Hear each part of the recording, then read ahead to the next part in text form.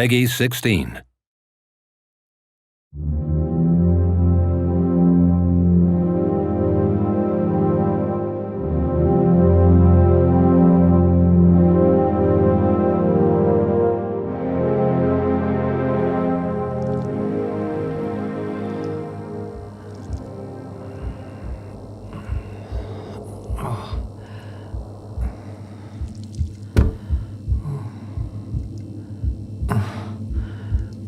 Oh, my head.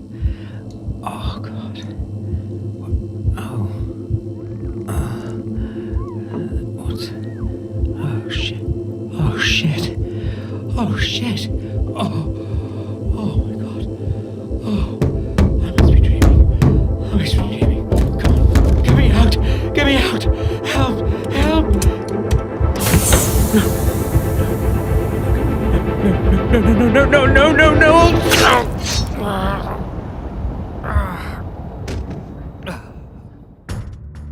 Welcome, or vítejte, how you would say in the Czech Republic. My name is Toby, and today I will take you on a brief tour through the fantastic world of The Last Oricru. The Last Oricru is an action RPG with a strong emphasis on a dynamic storytelling that is driven by players' decisions. If you manage to survive, that is. Welcome to the beautiful world of Vardania, a planet in a distant galaxy in which what we consider a medieval world and a science fiction world collide. You are taking the role of Silver, one of only a few humans that are roaming this living and breathing world. Why you shipwrecked on this planet and why you were just woken up from your cryo chamber is yet to be discovered. When I said living and breathing world, I'm of course admiring how cool it looks. However, behind the shining facade, a massive civil war and strong oppression rages. The predominant races are in war, and you get thrown right in. Combat in The Last Oricru is tough, skill-based, and unforgiving.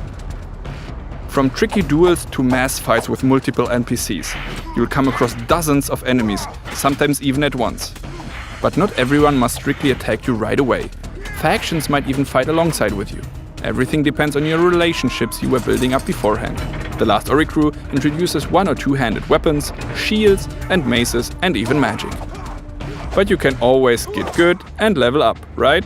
The Last Oricru offers a deep skills-based RPG system. Collect essences from fallen enemies and invest in one of 6 skills, which should make your life a little easier. It's simple but very effective. Don't drown in statistics and overly complex skill trees. Just loot, level and repeat. Now, let's take a look on something really cool. The Last Oricru offers a unique playthrough for everyone. Depending on your choices, you're not only influencing the war, but also create your very own story in Vardania. Every choice matters, and you can come to multiple possible endings. In this situation, the Queen is about to visit the monastery in which we woke up earlier. Our task was to hide one of the illegal magic items from her. There you go. You don't know why, you don't know who those people in the monastery are, neither who that queen is. So you're offered to make a decision. There is no right or wrong, just your way. They do have this. Well, there was a wrong answer for poor Tobias here, but according to your decisions, the story will unfold in a certain way. Okay. Poor Jeffrey here suffers from your decision as well, but this is not a game over. This is your way, and you will have to go with it. But what if we would choose differently? Let's lie about the lightning rods. We end up in the same cellar, let's call it the safer end. Oh, and see, good Toby is still alive, well, more or less. And our story continues from here. We just showed you 2 options, but believe me, there are way more. Tobias, for instance, needs healing. Will you give it to him? Or will you rather trade it for better equipment? Will you help Toby escape and watch his story unfold? Or do you kill him right in the beginning and loot his corpse? Sorry Tobes, but money rules the world. The decisions you can make in The Last Oricru are influencing your entire playthrough. If you decide to rather give the medkit to the Ratkins, they will not attack you, but stand on your side. On the contrary, anger them, and you will have more enemies, but also more loot, more XP, but also, well, eventually more deaths. But your decisions don't have to be definite. Remember when I said living and breathing world? I meant it. Life is change, right? And decisions are there to be changed later. In this particular situation, the Ratkins are on our side. Our task is to open the gate and invade the castle together. On our way, we meet the marshal. He has something to offer to us, which might be more valuable. So we can backstab our new friends. Your decisions will have a direct impact on the world and how people will react to you. You can try to befriend all, which is probably not possible, or you can anger all, which, let's face it, is very possible.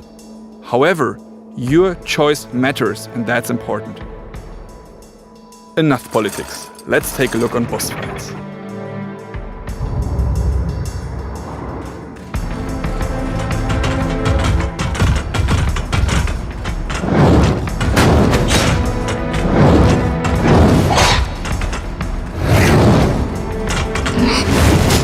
And of course, they are hard and unforgiving. To even the odds a little, we have an upgrade system. You can upgrade every item in your game. Find your favorite gear and carry it to the end, if you wish so. Of course, there's valuable loot to find in the world, but everyone has this one favorite weapon, right? And see, the fight looks already way better. However, it seems like the spider is still too hard for silver. In cases like these, you need a partner in crime, which leads me to the second major feature of The Last Oricru, which is couch co-op. The Last Oricru is designed as both a single player and a co-op experience. What is even cooler is that there are hidden mechanics and features that can be only triggered in cooperation. The spider from before is still a tough challenge, but with 2 players we can trap her and get an easier kill on her. You can win together or fail miserably. The game does not get easier per se, it just offers you another way to approach things. And who doesn't want to slide through enemy hordes with a buddy? You don't have to be together the whole game. You can start with a friend, play alone for a bit, and finish together later. Hop on, hop off. The game will of course adjust accordingly and will be challenging even for 2 players. And that's it? Now, let's recap. The Last Oricru is an action RPG with a strong emphasis on the dynamic storytelling that is driven by players' decisions. Waking up in the living and breathing sci-fi medieval world of Wardania, players find themselves in the middle of a civil war for supremacy over the planet. Skill-based combat, mass fights, and a dark conspiracy overshadow the once so peaceful land. Define your own path, side with the different factions or betray them.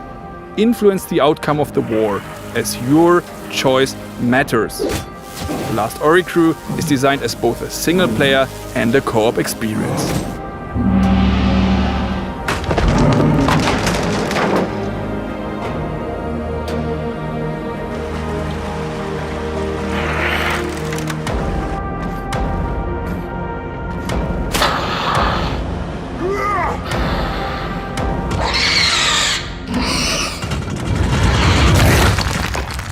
Thank you very much for taking the time, and also time to make some friends since it's co-op. So see you later. Thank you and goodbye.